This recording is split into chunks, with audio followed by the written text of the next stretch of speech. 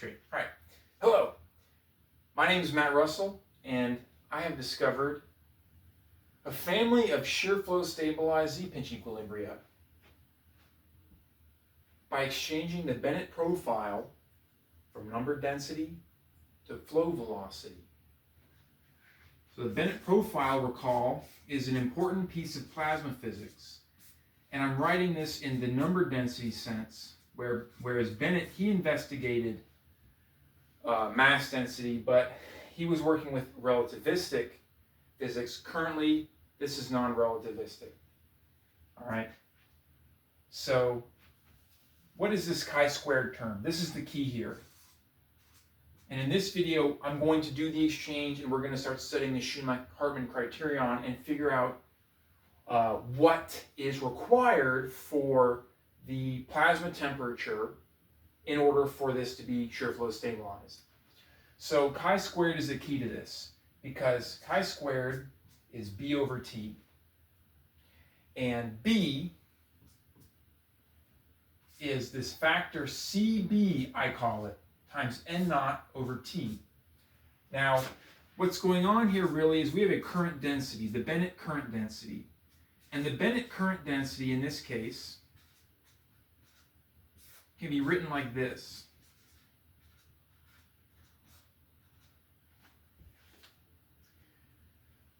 So you'll notice that it doesn't matter. Looking at it like this, and I should add this Z hat here. So it's an axial current density. This is a Z-pinch, all right? A pure axial current density.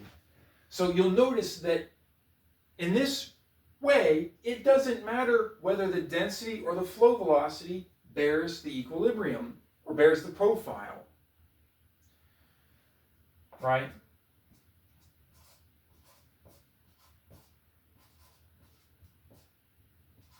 We could even write it like this.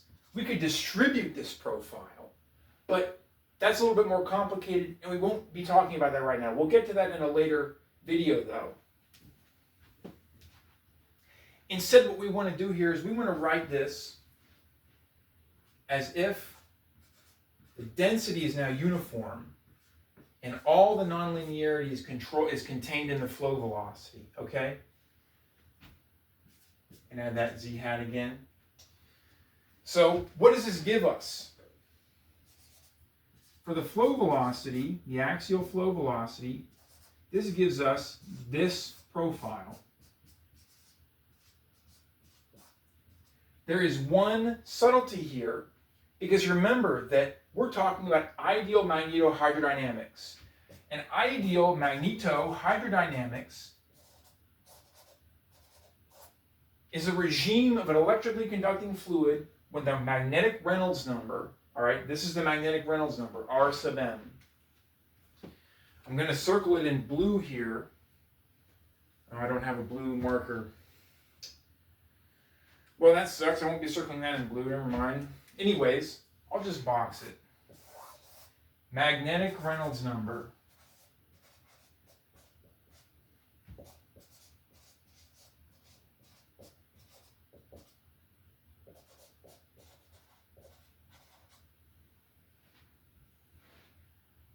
It is a product of four terms, remember. The conductivity of the medium, the magnetic permeability, the flow speed, and the length scale. We have a cylindrical system.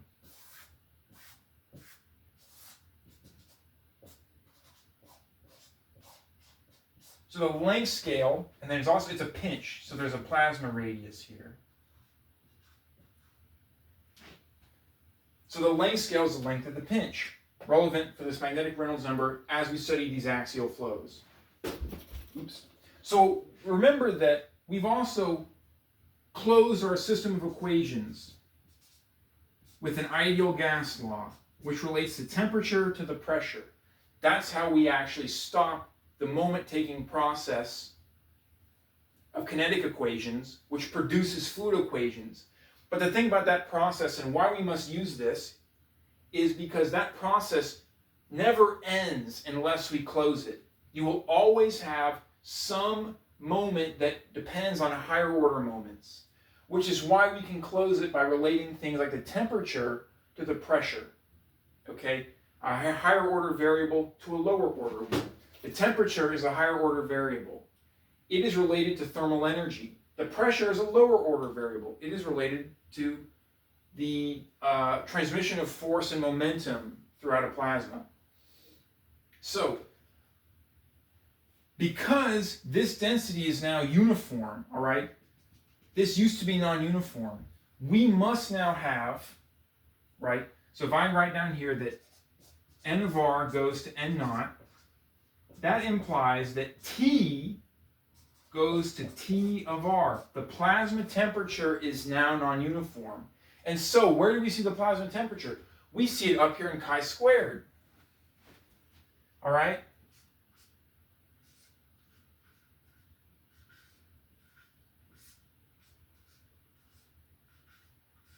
And this CB, I haven't said anything about it, but what this CB is it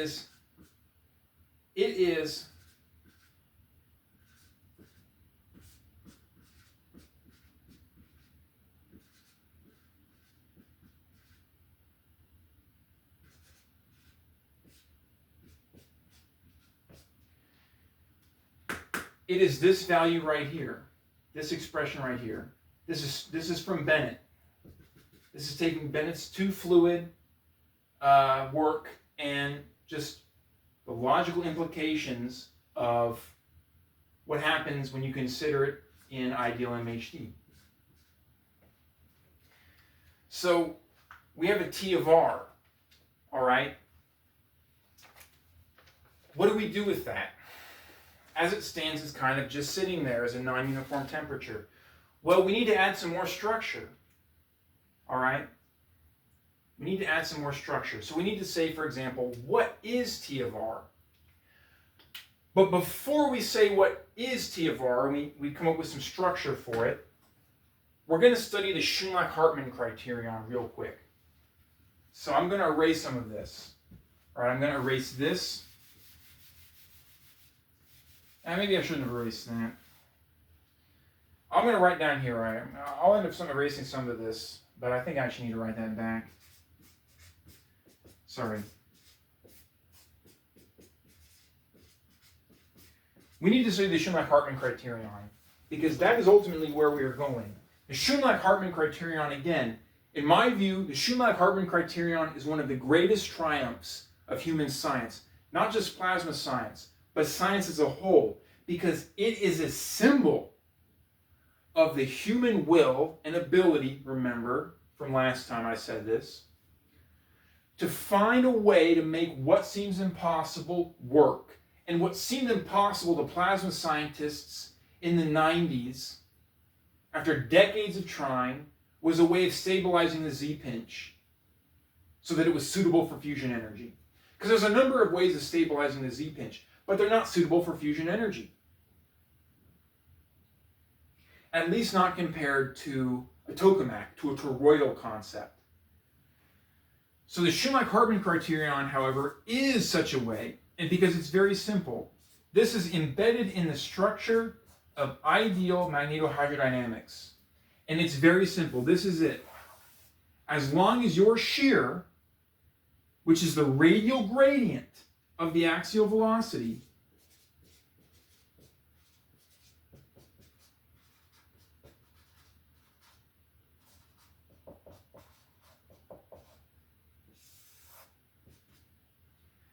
then your pinch will be shear flow stabilized. And this was shown by Yuri Shumlak and C.W. Hartman by studying the impact of this coefficient. This 0.1 was determined by them from a numerical study far away enough away from the wall that no image currents were stabilizing the pinch. And they found that this is the value at which the shear suppresses the deadly m equals 0 and m equals 1 modes.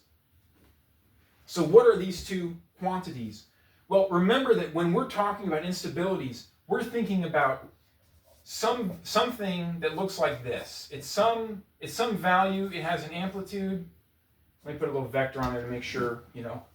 We're being as general as possible. And then it has a plane wave form where we have k, the vector k, which is the wave vector.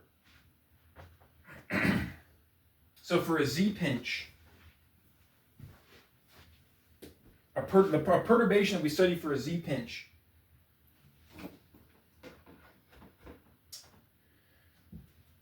this k has two major parts.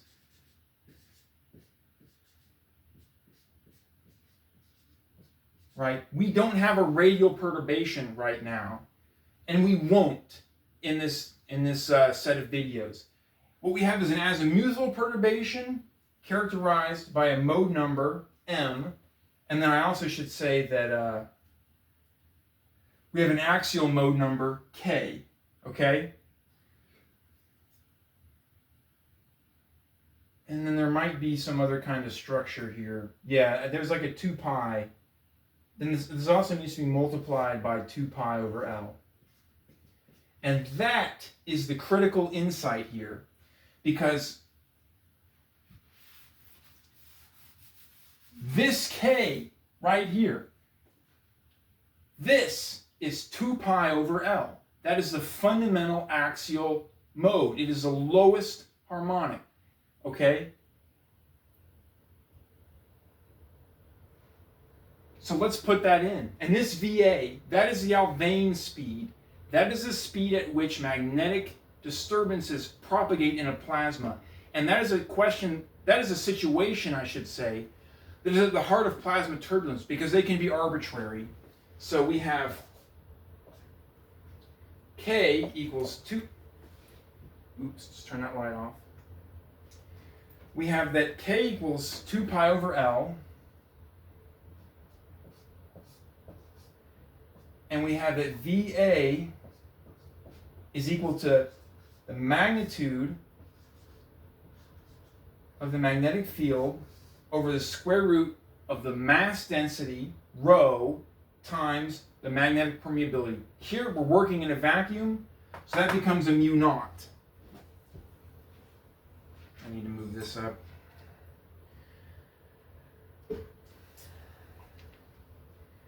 Please bear with me. I'm new to making these videos, and I am still trying to figure out the best way to set things up and what's going to get the best experience for the viewers.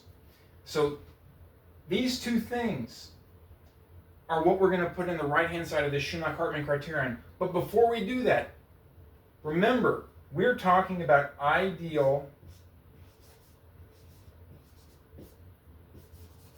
MHD.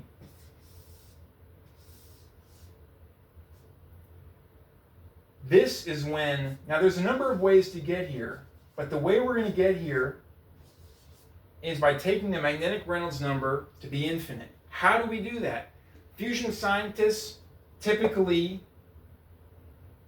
justify that by taking sigma, the conductivity, to be infinite, because a fusion plasma is a fully ionized system. It is a superconductor. It's so hot when you have sufficient number of alphas. Let's say there's 1 million neutrons per second, which means there's a lot of alpha particles. There's about 1 million alpha particles per second. It's so hot in that environment that all the electrons are stripped from the ions in that fusion plasma volume. And what you're left with is an infinite conductivity. Now mu is a finite number, and so is U. So the only other choice we have is L if we want to get there. All right, and so that's what we're going to do here. We're going to say that the length of this cylinder is infinite, and this is a common tactic in physics, actually, in theoretical physics, to consider infinite cylinders. This isn't the first time someone's found something from an infinite cylinder. The Tipler cylinder, for example, is another example of a very interesting infinite cylinder. That's outside the scope of this video. So notice that when L goes to infinity, K goes to 0. So there's one caveat, right? If K goes to 0, we can zero out this right-hand side, provided two things. One, B theta, which here, because we have a Z-pinch, we only have an azimuthal magnetic field, all right? So B equals B theta. So provided that B theta does not go to infinity itself, and that rho does not equal 0. If either of these two things happens, then we are no longer able to treat this as 0. But that's okay, because what is rho? Rho is equal to the mass density of the plasma, the mass of the plasma, which could be an effective mass, times its number density. All right? This is finite, and so is this. Therefore, rho will not be 0 unless we do something to troll ourselves and say, oh, the number density is 0. Then you got a trivial problem, buddy. Now the real question then is B theta, is the magnetic field that we find going to be infinite or not? Because if it's infinite, we have a problem.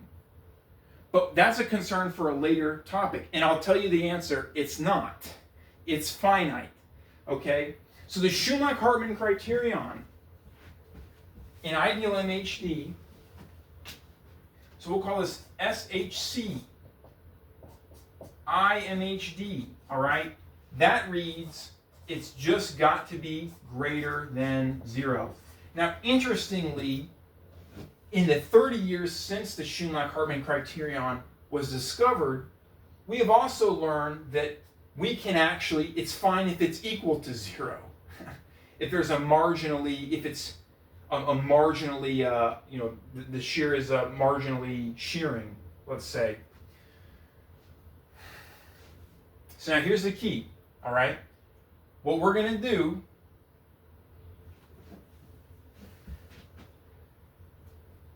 is, first of all, I'm going to erase some of this to have some room, okay,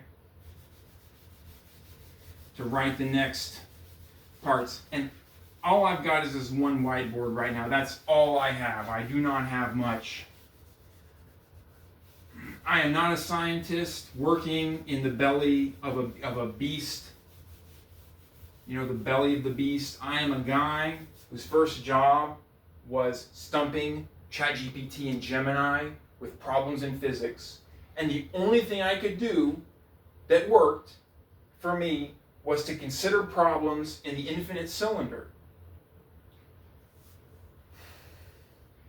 And the last one was this. So we're going to go and we're going to focus on this now, because we're going to study this in the context of the Shumlak-Hartman criterion, okay?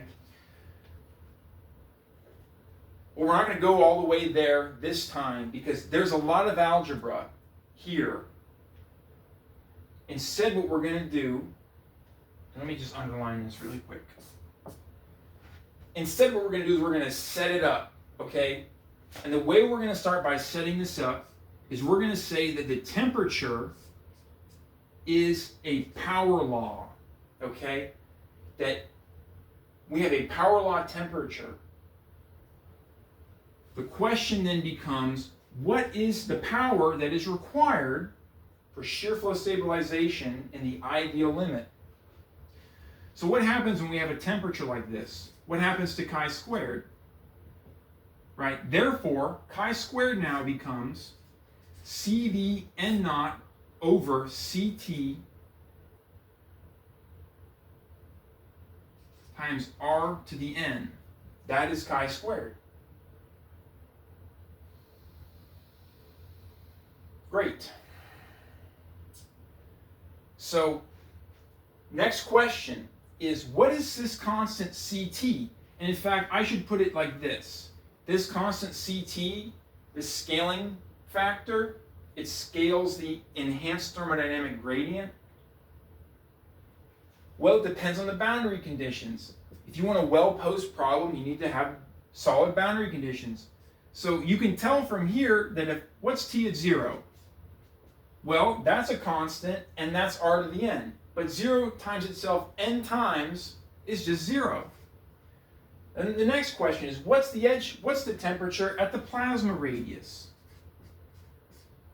Well, this is equal to CT times the plasma radius to the n. Well, we got to be more specific. So let's say that there's just some edge temperature, T sub P. Great. That gives us what CT of N is. Therefore, CT of N equals TP over RP to the N. And if we go back in here, what we find is now chi squared is CB N naught, okay, over TP RP to the N over R to the N. Everything in here is a constant. It is a function of the equilibrium, or just of physics, right? Or of our specification of the density, our specification of a problem such as the edge temperature, or the plasma radius to the N. And this factor CB is, importantly, we cannot forget this, CB introduces a factor of U squared. So if we, in which U squared Z naught actually, that is a very special value. That is the one thing actually that is not fixed. That is something we're going to solve for. We're going to solve for those U Z naughts. That's where we're going. But we'll get there. So the way I've written this in my notes is I call this CB comma U, which means it's CB without U, because that way we can write this as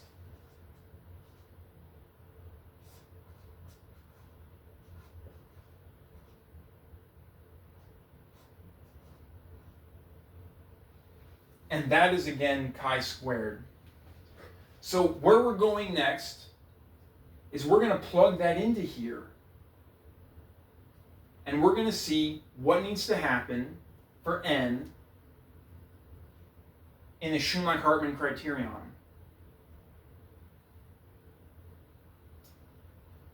Thank you for watching. I'm going to call it here because this is already a lot of math. And I don't want to have videos that are too long. So I'm going to call it here and say again, thank you for watching, and please like and subscribe. I am doing this on my own. I discovered this on my own.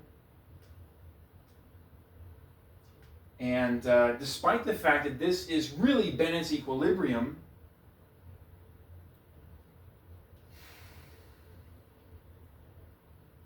so it's connected to a piece of plasma physics.